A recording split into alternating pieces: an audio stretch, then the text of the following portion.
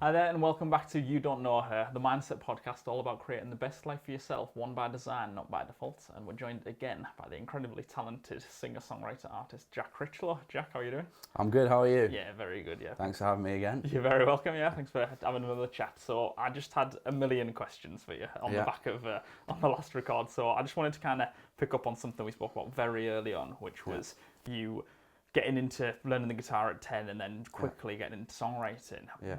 Songwriting as a whole, is that something your parents were doing? Is that something an artist in particular you wanted to be like? Kind of what was the original point for you, do you think? It definitely wasn't what my parents were doing, no. I, thinking back, I think as a 10-year-old with a guitar, I think, everyone looked at Ed Sheeran and was kind of like, that's what I can see myself doing. And I think he was probably the first person that I looked at thinking, I'd love to write a song like he was doing. That's the first person I can kind of remember as being a direct inspiration. I mean, I was surrounded by music as a kid because my parents loved it. But it's hard to pinpoint what it was really. I think it was quite a natural thing. Is that I had this instrument where I was never a particularly prolific guitarist and like trying to be what we call a session musician who's like plays guitar in bands for other people, or I just I had this instrument and I could play to a certain level and new chords and new stuff like that, and I was like, and I sang as well. It was just quite a natural progression. I started out learning other people's songs, and then I was kind of like, well, I'll try writing my own, and they were really, really bad at the start, as you'd expect them to be. And I'll probably look back at what I write now in 10 years and say that they were really bad then as well, but that's the journey of songwriting. But yeah, it was just natural. I just kind of felt like it was what I wanted to try doing. Okay, so taking you back to the songwriting side of it, it was something that you've kind of picked up and developed over the years, but where you're at now, is that something that you write in professional settings, in kind of your home? What's kind of all that for yourself? I think I do a lot of. I've tried everything out, and I do now. I do most of my writing at home because, as I said before, I write and produce everything myself. And especially for my own stuff, I find that's where I can be most creatively free, is when I've not got the pressure of studios around me. And the power of music technology nowadays is you don't need a massive studio and really like advanced technology. You just need your laptop and a mic to record. And I leaned into that a lot. But I've done some studio stuff, and when I work with other people, a lot of that stuff's in studios.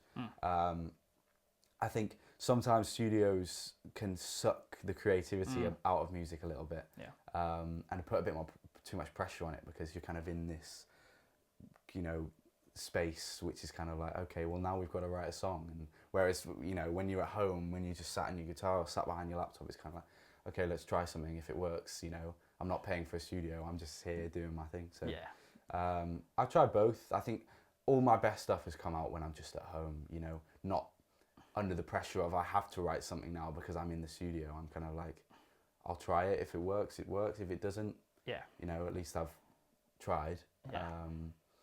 But yeah, I think you're most creatively free when you're not under the pressure of having to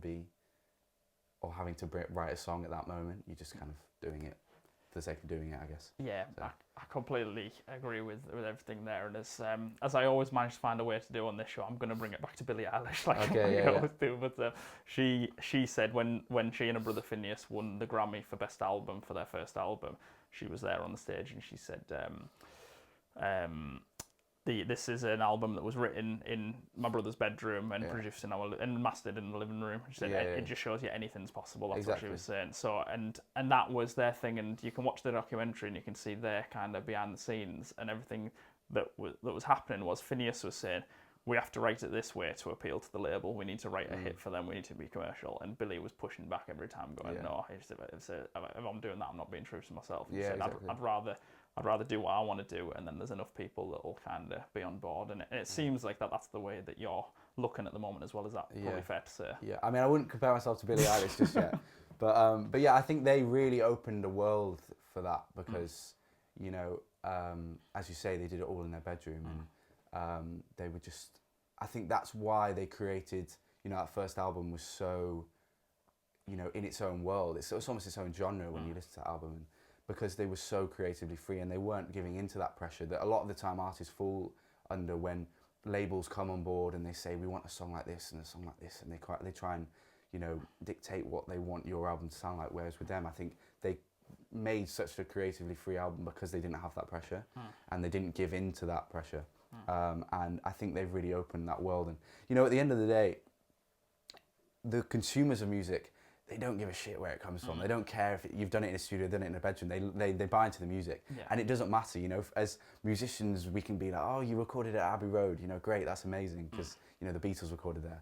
But it's a studio. You know, someone offered me a session at Abbey Road to record my music, and I had to pay like $1,000 to do it. And I remember being on the phone to the producer being like, it's just a studio. It's not gonna bring out a great song because I'm doing it at Abbey Road. I think that's just something that people forget, is that just because you're in Abbey Road or you're in real world studios, it's like, because these amazing artists have made these amazing albums there, doesn't mean that that's because they were at Abbey Road.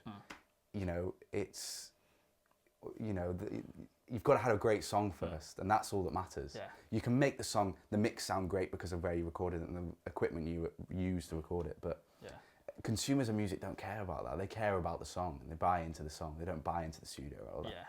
So I think, you know, Billy and Phineas definitely shined a light on anything's possible, and it doesn't matter where you do it. Just as long as you focus on the creativity and the music itself, then that'll shine through, I think. Yeah, completely agree. I mean, it's a funny example, but David Brent's character on The Office. Oh yeah. There's an episode where he's saying how he spent £42,000 on making this single. And then they're saying.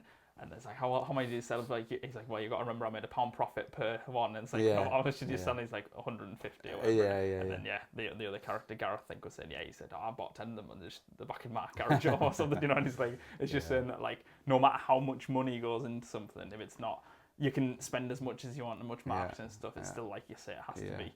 There has to be the right thing. It can be made for free. I mean, a great example is probably Charlie Puth. I think what he does, he can do things at home in his bedroom, and like that Light Switch song was just a Light Switch sample, wasn't it? And everything like that. So is it more kind of you being open to what's going on around you and thinking, oh, that's a cool idea for a song, and then building it from there? Is that where you start? I think I try not to put too much pressure on where songs start. I just try and let them come out naturally. I mean, it's funny looking back at your songwriting process when you've got these songs that come out at the end. A lot of the time you're not thinking about it at the start.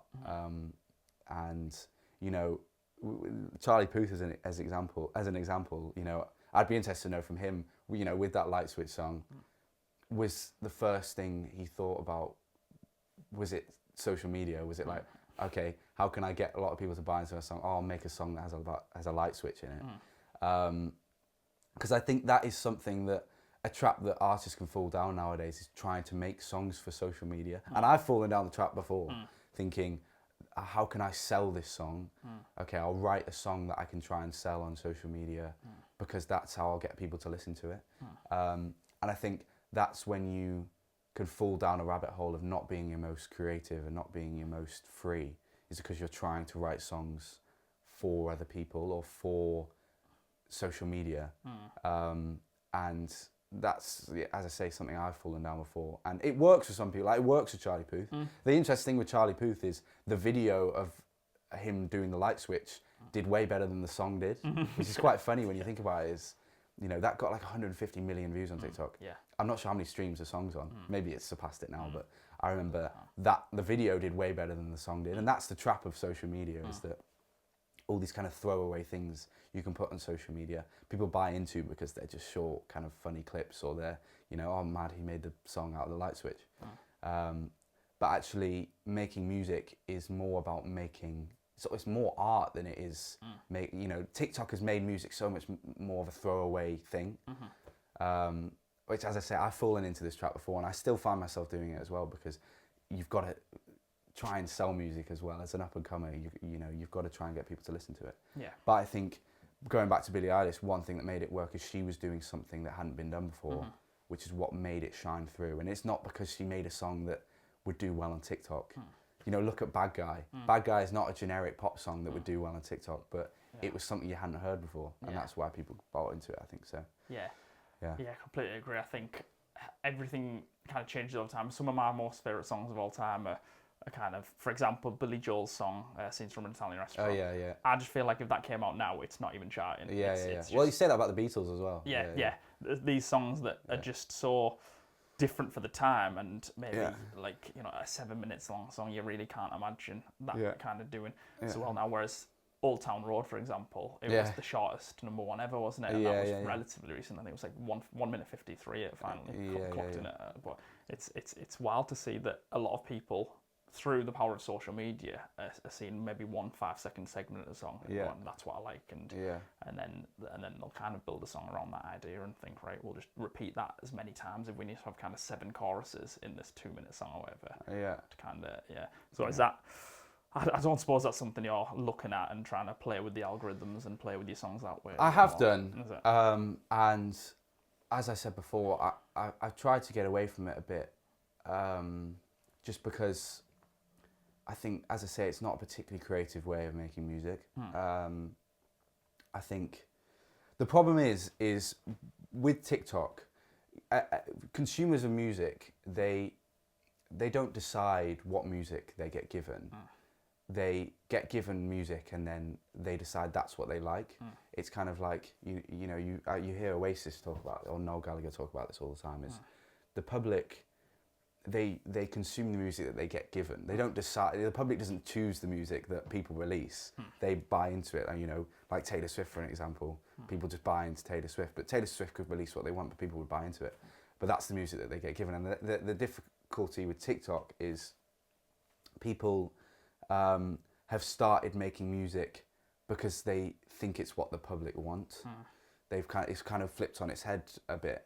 And I'm not for 1 minute saying that I mastered this at all. And I still do it sometimes because, the problem with TikTok is, from a label point of view, people focus on it so much that people think they need to have success on TikTok. And a lot of the time you do. I've experienced this, that people go and look at TikTok if they decide they're going to invest in you or not. But because of that, people fall under the traps of trying to make music that they think the public wants based on TikTok, or trying to, I don't know, you just fall into that trap too much. And if you look at, Billy Joel Billy Joel's one of my favourite artists. New York State of Mind is one of my favourite songs.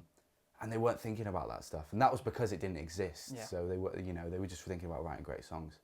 But I think that kind of has been lost a little bit.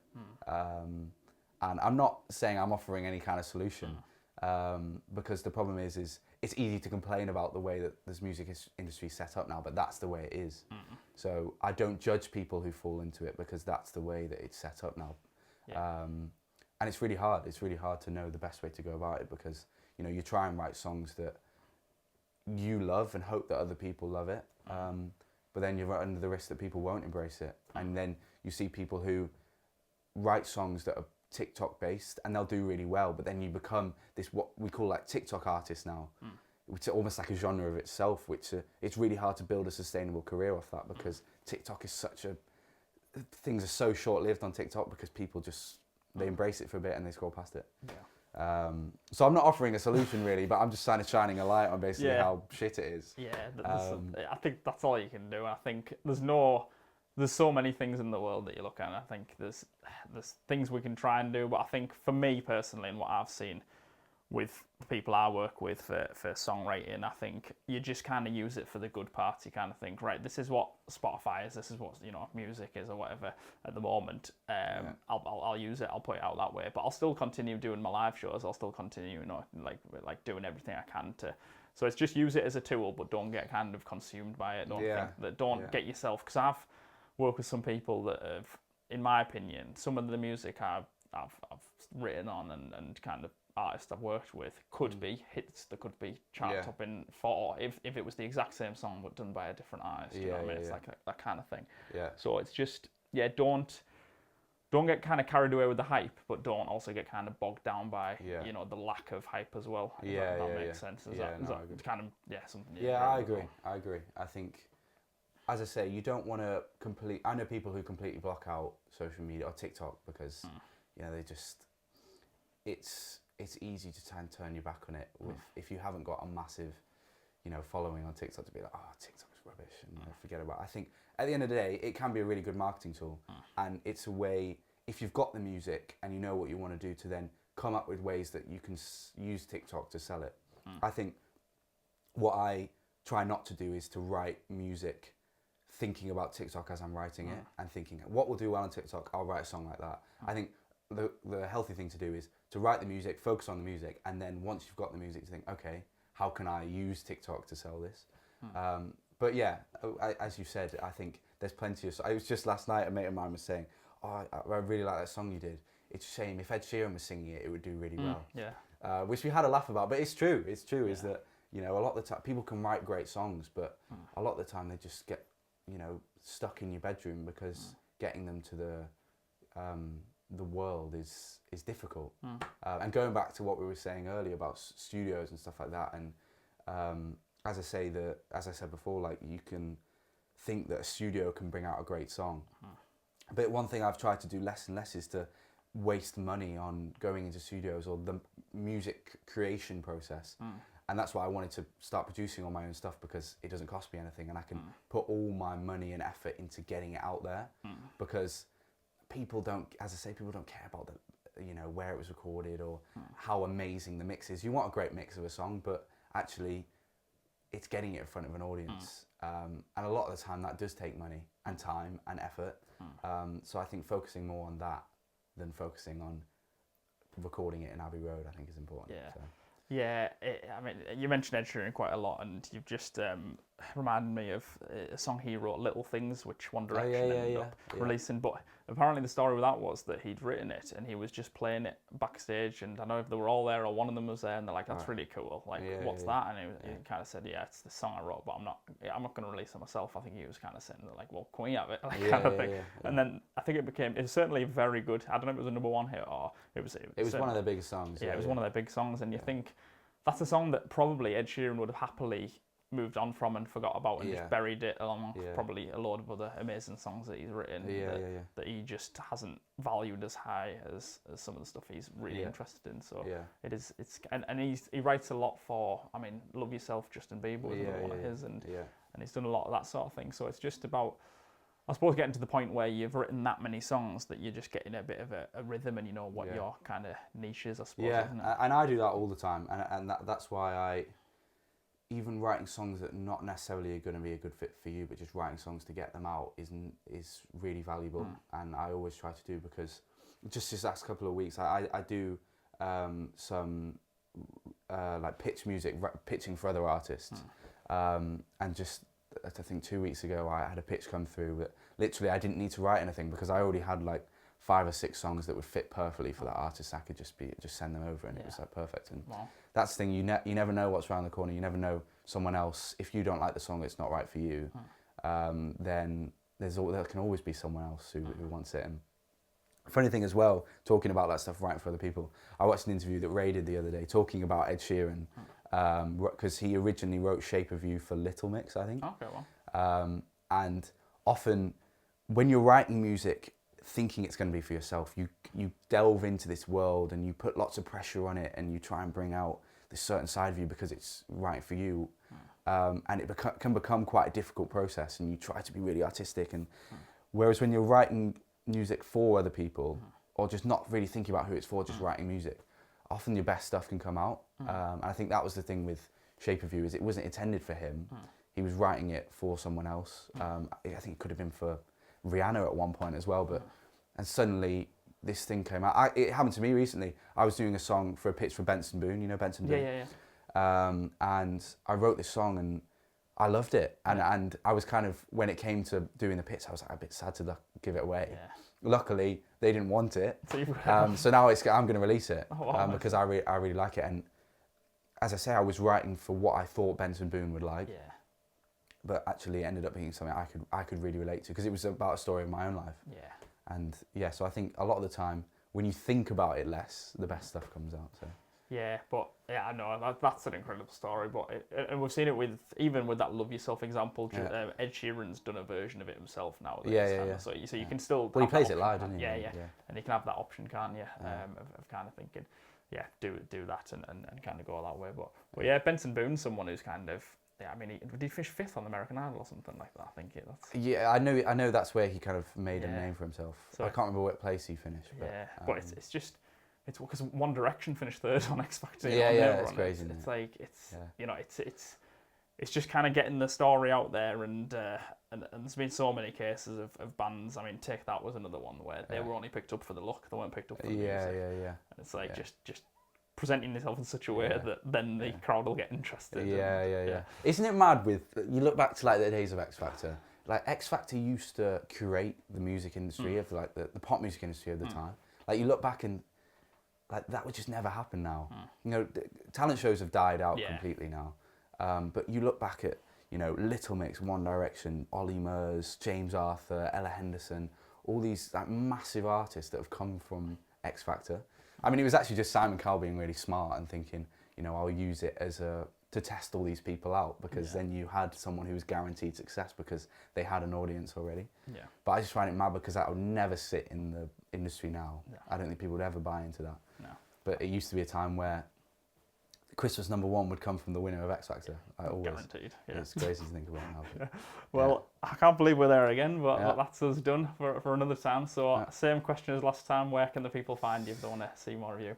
Jack Critchlow on Spotify, Apple Music. Go and check out my music, and Jack_Critchlow on social media.